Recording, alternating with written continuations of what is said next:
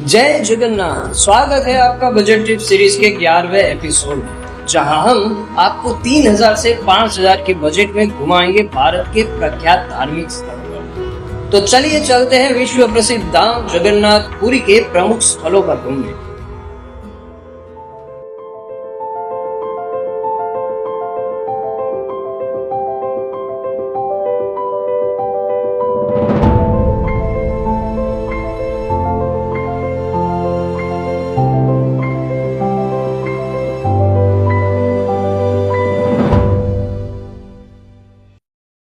इस वीडियो में हम आपको अहमदाबाद से जगन्नाथ पुरी कैसे पहुंचे, कहां रुके, कब कहां दर्शन खुले रहते हैं, कौन से स्थल पर आप घूमने जा सकते हैं, बजट कितना होगा, उसकी पूरी जानकारी देंगे। तो जुड़े रहिए हमारे साथ इस पूरी यात्रा में। और अगर आपने अभी तक हमारे उदयपुर का फुल टूर वीडियो गाइड नहीं देखा तो आपको जरूर देखना चाहिए, जिसकी लिंक डिस्क्रिप्शन में दे दी गई है।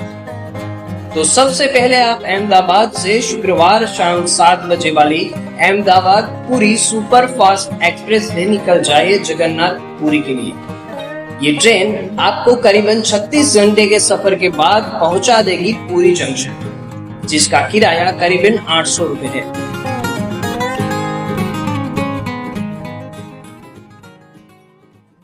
जगन्नाथ पुरी पहुंचकर रिक्शा की मदद से अच्छी सी धर्मशाला में रुक जाइए, जिसकी बुकिंग आप yatraधाम.org के माध्यम से कर सकते हैं, जिसकी लिंक डिस्क्रिप्शन में दे दी गई है।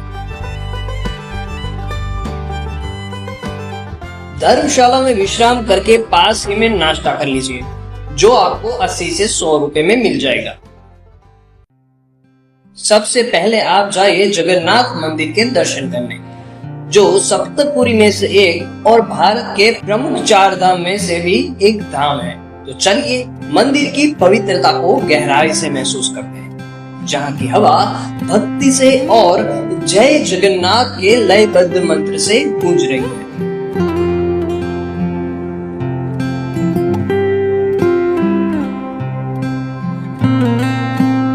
मंदिर में भगवान जगन्नाथ जी, बलभद्र जी और सुभद्रा जी की विशाल मूर्तियां अपने आप में अद्भुत हैं।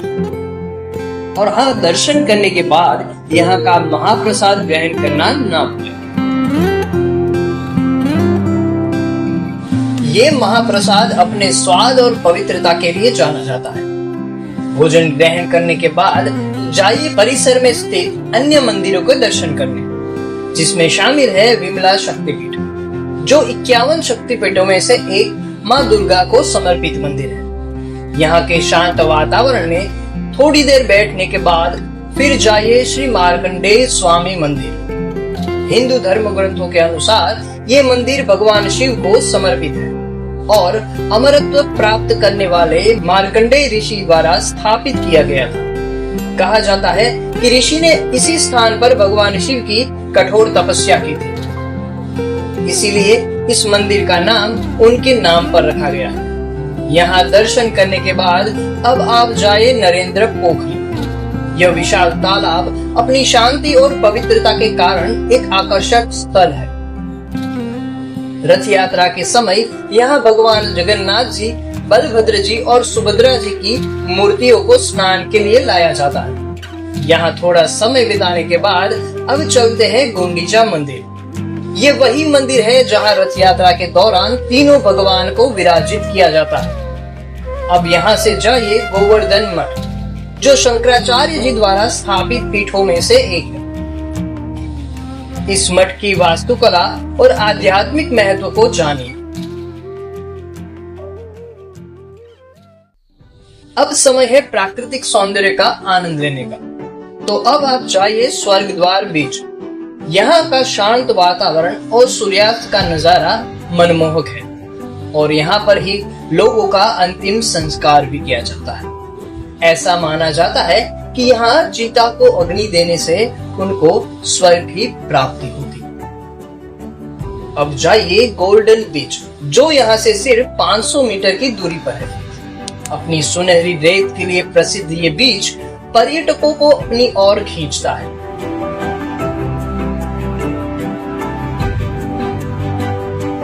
पूरे दिन की थकान मिटाने के लिए अब समय है स्वादिष्ट रात्रि भोजन का। तो यहाँ पर अच्छे से भोजन करके चले जाए अपनी धर्मशाला में विश्राम करने। दूसरे दिन सुबह का नाश्ता करके तैयार हो जाइए यात्रा के लिए। सबसे पहले आप जाइए बेड़ी हनुमान मंदिर। कहा जाता है कि हनुमान जी को भगवान जगन्नाथ जी की रक्षा के लिए यहाँ बांध दिया गया था।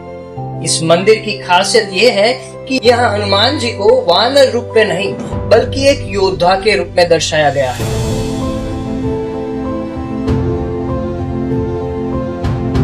यहाँ पर दर्शन करने के बाद अब निकल जाइए साक्षी गोपाल मंदिर की ओर, जो बेड़ी हनुमान मंदिर से 18 किलोमीटर की दूरी पर स्थित है। ये मंदिर भगवान कृष्ण को समर्पित है। मंदिर से जुड़ी कई कहानियां प्रचलित है, जिनमें से एक है कि भगवान कृष्ण स्वयं यह गांव की शादी में गवाह बनने के लिए आए थे।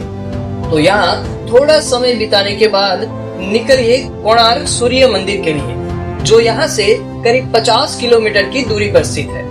यहाँ का सफर और ये मंदिर अपने आप में अद्भुत है।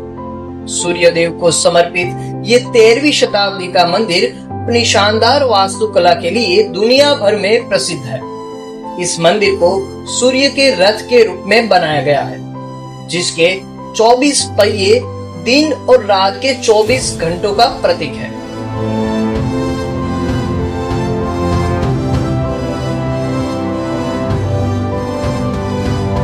तो यहाँ की शानदार वास्तुकला देखने के बाद अब समय है भोजन करने का, जो आपको नजदीक में ही मिल जाएगा। तो खाना खाने के बाद वापस लौट जाए जगन्नाथपुरी के लिए और अपनी धर्मशाला में विश्राम कीजिए। तो अब समय आ गया है खूबसूरत शहर जगन्नाथपुरी को अलविदा कहने का। तो रात को निकल जाइए पुरी रेलवे स्टेशन की ओर, जहां सोमवार और गुरुवार को 11:05 वाली पुरी टू अजमेर एक्सप्रेस आपको करीबन 34 घंटे और 30 मिनट के सफर के बाद पहुंचा देगी वापस अहमदाबाद जंक्शन पर।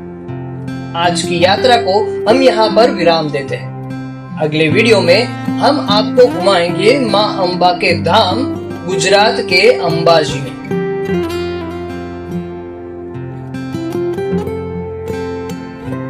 तो बने रहिए हमारे साथ ऐसे ही और भी बजट ट्रिप सीरीज देखने के लिए। और अगर आपने अभी तक यात्रा धाम के सोशल मीडिया प्लेटफॉर्म को फॉलो नहीं किया है तो कर लीजिए। धन्यवाद।